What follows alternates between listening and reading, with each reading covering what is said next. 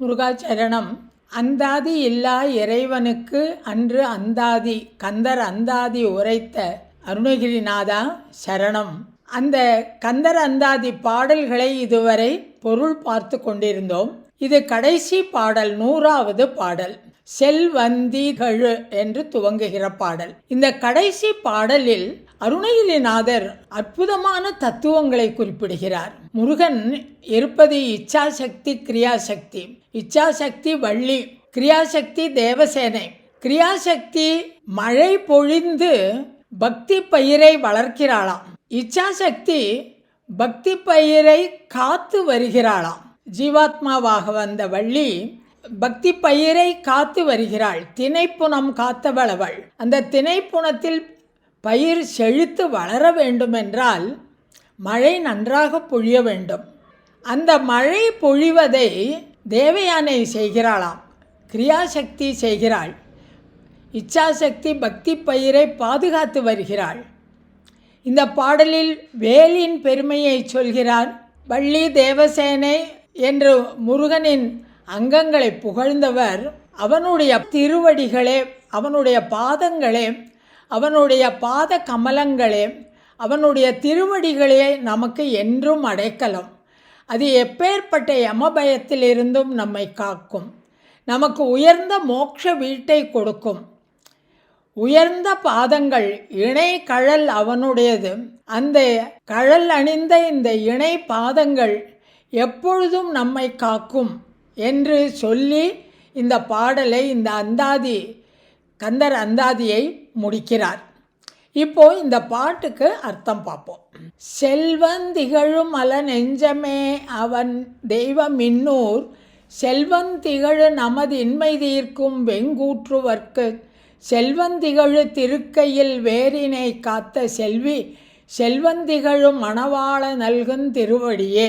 செல்வந்திகழு என்ற வார்த்தையை 4 விதமாக பிரித்து பாடலுக்கு பத பிரிவை பார்த்தோம்னா, செல் வந்தி கழுமலம் நெஞ்சமே அவன் தெய்வ மின் ஊர், செல் வந்து இகழும் நமது இன்மை தீர்க்கும், வெம் கூற்றுவர்க்கு செல் வந்தி கழும் திருக்கைவேல், திணை காத்த செல்வி செல்வம் திகழும் மணவாளன் நல்கும் திருவடியே. பாடலோட பதங்களுக்கு பொருள் ஒவ்வொரு வரியா பார்த்தோம்னா, நெஞ்சமே செல் கழுமலம் வந்தி. நெஞ்சமே மனதை பார்த்து சொல்கிறார். மனமே செல் நீ போ. கழுமலம், கழுமலம் என்பது சீர்காழிக்கு பெயர். சீர்காழி சம்பந்த பெருமான் அவதரித்த புண்ணிய தலம்.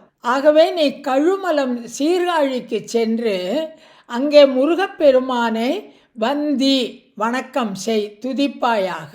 இதில் சீர்காழியில் சம்பந்த பெருமான் தோன்றினார் அப்படிங்கிற போது சம்பந்த பெருமானையே அவர் முருகனாக நினைக்கிறார். அருணகிரிநாதர் ஒவ்வொரு பாடல்கள்லேயும் சம்பந்த பிரான் வேற முருகப்பிரான் வேறன்னு பார்க்கறதில்ல. அதனால தான் சொல்கிறார், சம்பந்த பெருமானாக பூமியில் அவதரித்த இடம், முருகப்பெருமான் பூமியில் தோன்றிய இடம் சீர்காழி. அதனால் சீர்காழிக்கு போய் அவனை துதிப்பாயாக, வழிபடுவாயாக. செல் வந்தி கழுமலம் அவன் தெய்வ மின் ஊர், செல் வந்து இகழும் நமது இன்மை தீர்க்கும். அவன் தெய்வ மின், மின்ன பெண், கொடி போன்ற பெண். அவன் தெய்வ மின், தேவயானை என்கிற அவனுடைய குமரக்கடவுளின் நாயகி.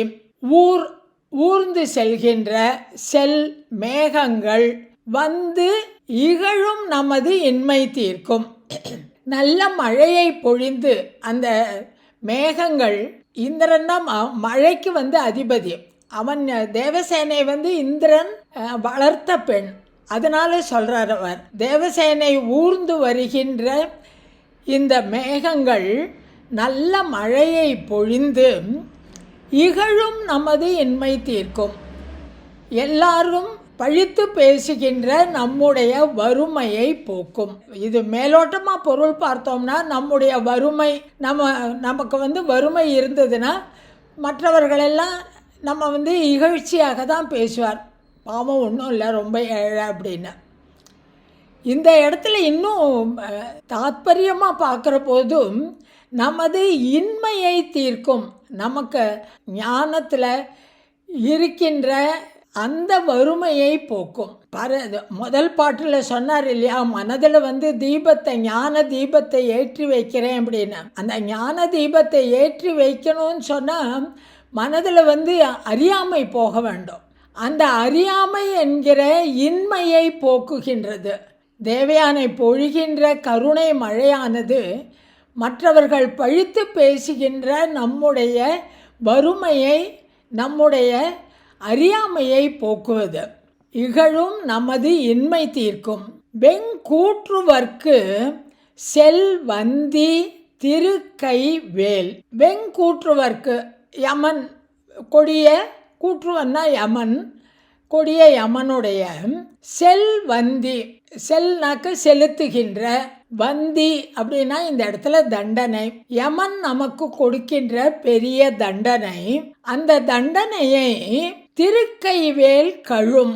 திருக்கைவேல், முருகன் கையில் இருக்கிற வேலாயுதமானது யமன் நமக்கு கொடுக்கின்ற மரணத்தை, மரண பயத்தை நீக்கிவிடும், கழுவிவிடும். திணை காத்த செல்வி செல்வம் திகழும் மணவாளன். திணை காத்த செல்வினா திணைப்பயிரை பாதுகாத்து வந்த வள்ளி பிராட்டி. திணைப்பயிர் என்பதே இந்த இடத்துல பக்தி பயிர் தான். வாரியார் சுவாமிகள் அந்த திணை புனத்துக்கு ரொம்ப அழகாக விளக்கம் சொல்லுவார். திணை புனம் என்பது பக்தி பயிர்.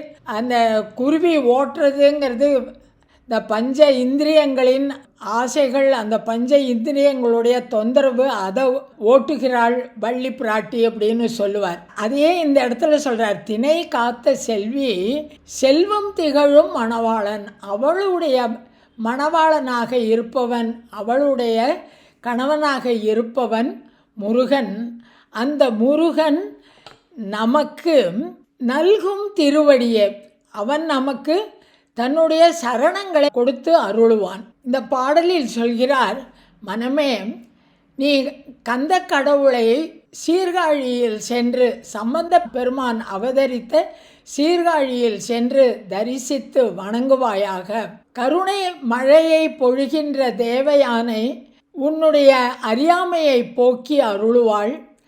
பக்தி பயிரை காப்பாற்றுகின்ற, திணைப்பயிரை காப்பாற்றுகின்ற வள்ளி, அவள் மணாளன் முருகன் தன்னுடைய திருவடிகளை உனக்கு தந்து அருளுவான் அப்படின்னு இந்த பாடலில் சொல்கிறார். முருகாச்சரணம்.